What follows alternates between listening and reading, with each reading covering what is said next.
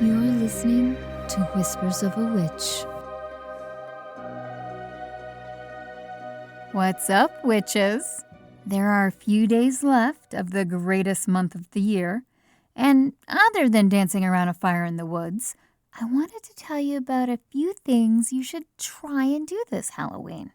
First of all, if you're local to LA, have you made it out to Knott's Scary Farm this year? I myself ventured out to have a look, and I'll admit I had way more fun than I expected to. The whole park becomes a giant haunted attraction, with walk-around characters who use the constant fog that fills the park to sneak up on you. Many an undead cowboy caught me off guard. The ghost town streets were definitely my favorite, with quite a few inhuman residents. I think there were some foxes or maybe werewolves in full Wild West dresses and bonnets. I loved it. Beautifully bizarre. Now, there are 9 mazes within the park, and I, of course, had to go through all of them. There was Bloodline 1842, a vampire maze where you're given laser guns to shoot down the vampiric nuisance that has taken over. I loved the interactive aspect. I was really surprised with how many tricks the vampires had up their sleeves. They weren't just standing around a corner waiting to jump out at you. If you go, keep an eye out. They're truly everywhere, including above and below you. The only thing that I was disappointed in was there was no score at the end. So my competitive spirit was rather let down, as I'm convinced I slayed way more vamps than anyone else in my group. Oh well, they'll just have to take my word for it. Forever. There was my least favorite maze, Dark Ride Castle of Chaos. Why was it my least favorite, you might be wondering? Clowns, my friends. Lots of clowns.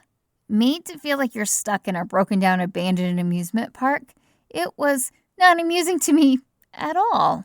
So if you love clowns as much as I do, you might want to skip this one. Another new one this year was Grimoire, which sounded super cool, and I thought would be very witch-centric, but it was more camper-in-the-woods slasher flick. It was very unique, as there was an actual story that played out as you went through, so don't hide your eyes. The details make it pretty unique. The Depths is another maze. It was really fun. It takes you down into underwater caves, complete with sea monsters, and some of the coolest underwater effects I've ever seen. I know it was just fog and lights, but it really looked like you were wading through water. Then there's Dark Entities. A real treat for any sci-fi fans, as you are literally inside of every monster and space movie you've ever seen. So pretty terrifying, but also really cool. They do a great job of making you feel like you are trapped in space being hunted. Just remember, unlike space, everyone can hear you scream. If you're a fan of movies like House of Wax, then you'll love Waxworks. You might be thinking, really? A wax museum? Haven't I seen this before? Trust me, no, you have not. Whoever designed this was very creative and very twisted and sadistic, and someone you probably wouldn't want to take home for dinner. At least you become dinner. The things I saw in this maze were truly nightmare-inducing and kind of nauseating at times. If you've ever wondered what it's like to be in the mind of a sadistic killer, you will experience it here. This was, to me, the scariest and definitely the goriest of all the mazes. Now, Pumpkin Eater was a fun, twisted take on the rhyme, and though not what I would call scary, it was really fascinating to walk through. You were definitely inside a macabre fairy tale. And I love pumpkins, even evil ones. So it was a win-win.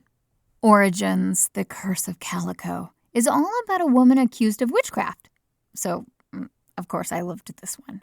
After she was hung, she returns to exact revenge on the townspeople. And wow, does she. I loved the revenge aspect and the Wild West setting. There were so many detailed scenes that you walk through, full of some crazy animatronics. And I was really frustrated that it was full of other people because I just wanted to hang out and take photos of all of it.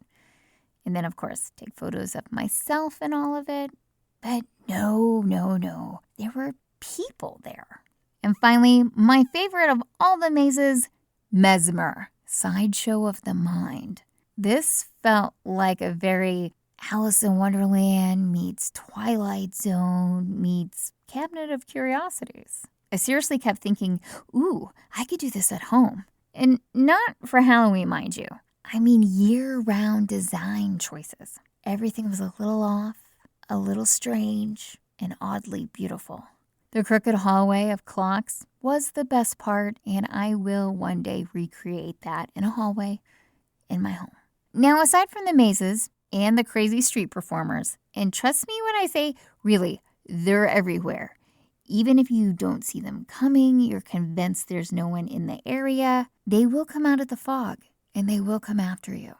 Did you know that every year there's an art show called Into the Fog? Yeah, I didn't know about it either. It's tucked away a bit, toward the back left of the park, located inside the factory store, which is right below Berry Tales. Inside, you'll find an incredible selection of art, all based on attractions and characters of Knott's Scary Farm.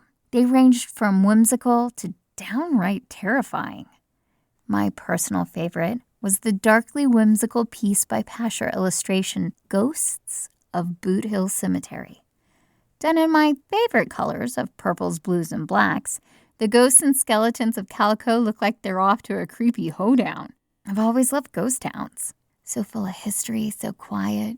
Unless, of course, they're haunted, which actually probably most of them are haunted, hence the name Ghost Town, Jennifer. So, yep, probably actually very noisy, but I still love them and want to travel to as many of them as I can. Although at the moment, the one at Knott's Scary Farm is pretty awesome. All of the art in the show is for sale, along with prints and stickers and various other things the artists have come up with. So if you love something but can't take home the original, you still have options. Although there is sadly not an online version of the show, you can see my favorite, The Ghosts of Boot Hill Cemetery, on the artist's Instagram at Pasher Illustration. And I'll drop that link in the podcast description. If amusement parks aren't your thing, how about Shakespeare, the ballet, zombies? Another really wicked event I was invited to was the zombie ballet Sweet Sorrow. Now, in case you're wondering, does this work? I mean, Shakespeare and ballet, sure. But zombies? And I'm here to say, my friends, that yes, it does. The Lee Purtle Ballet Company has created something incredibly unique, which in a town of wildly creative people is really saying something. First premiering in 2018, this performance has become a must-see in LA.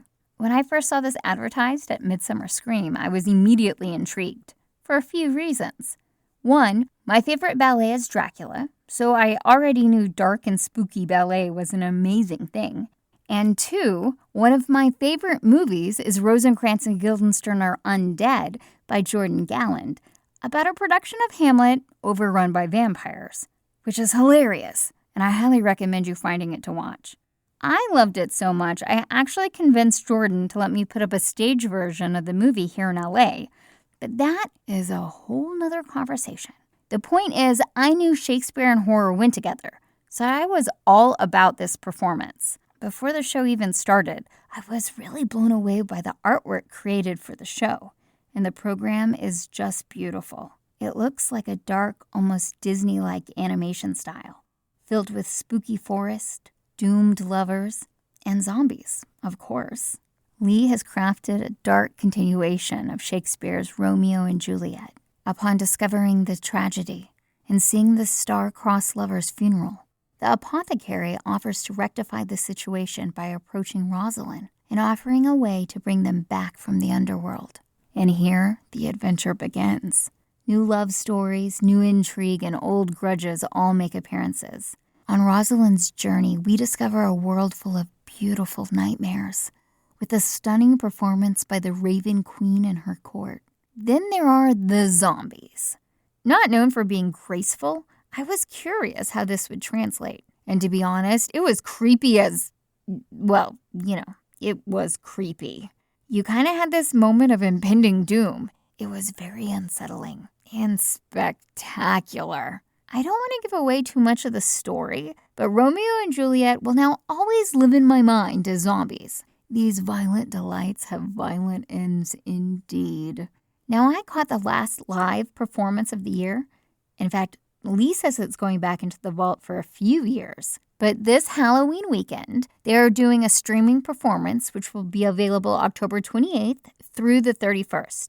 Tickets can be purchased at leepurtleballetcompany.org, and I'll also drop that link in the podcast description. The Lee Purtle Ballet Company is a nonprofit organization that believes ballet is for everyone, including zombies. All right, I have one more spooky adventure to share, and it involves escape rooms.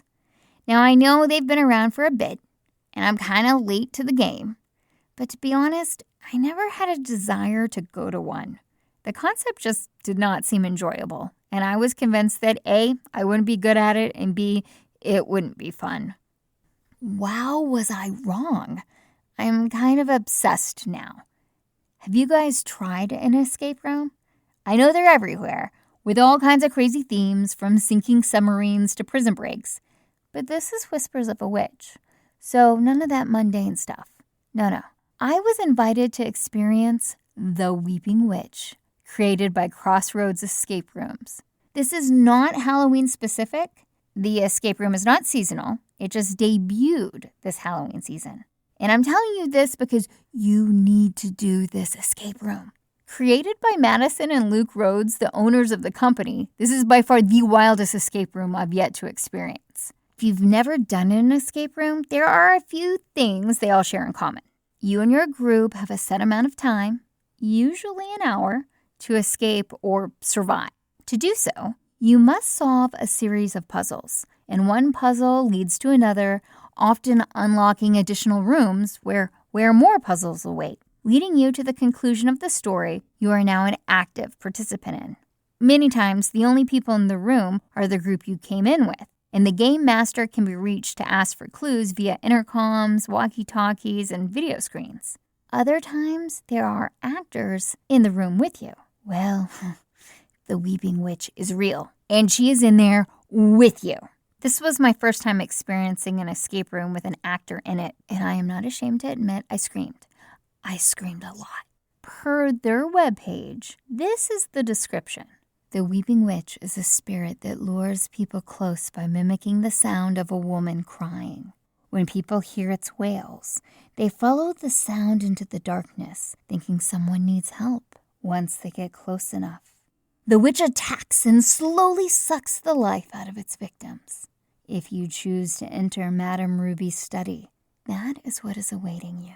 Will you be able to banish the evil spirit and end your family curse before the Weeping Witch consumes your soul? Yeah, so not for the faint of heart. It says difficulty level hard. Number of participants 4 to 8. Recommended for ages 14 and up. Scare rating 4 out of 5.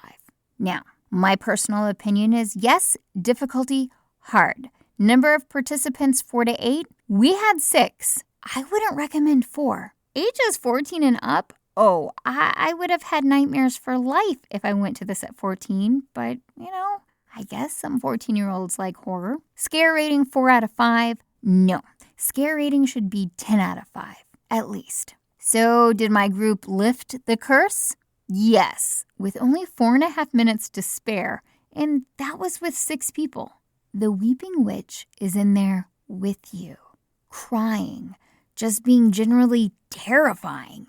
Her appearances are jump-worthy and scream-producing. Madame Ruby's parlor, the setting for the room, is an incredible feat of design. There are no blank walls or unused spaces and a million things to take in. It truly transports you into another world. And if you're like me, you're not really sure you want to escape this beautiful space filled with oddities and magic. Until the witch appears and you do suddenly have the urge to be away from her.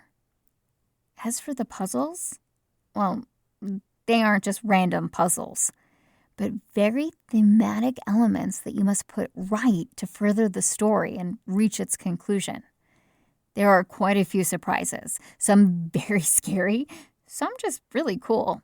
It feels like Madison and Luke really went out of their way to make this as authentic and realistic feeling as they could.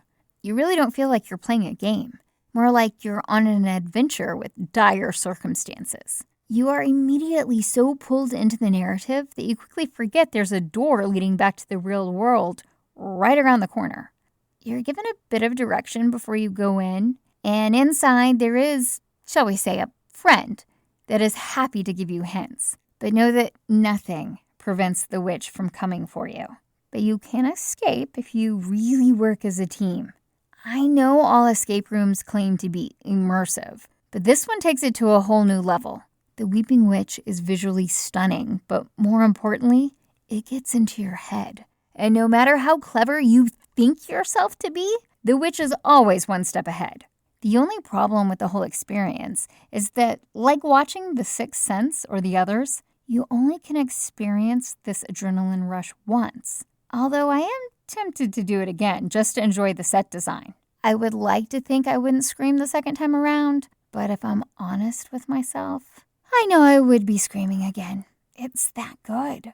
So grab some friends that work well under pressure and fear, and see if you can escape the Weeping Witch. I'll be rooting for you.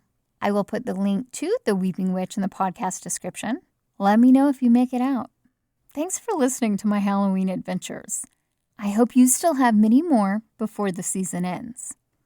I wanted to let you know that Whispers of a Witch now has its own Instagram page. So if you're not already following it, it's whispersofawitch_podcast.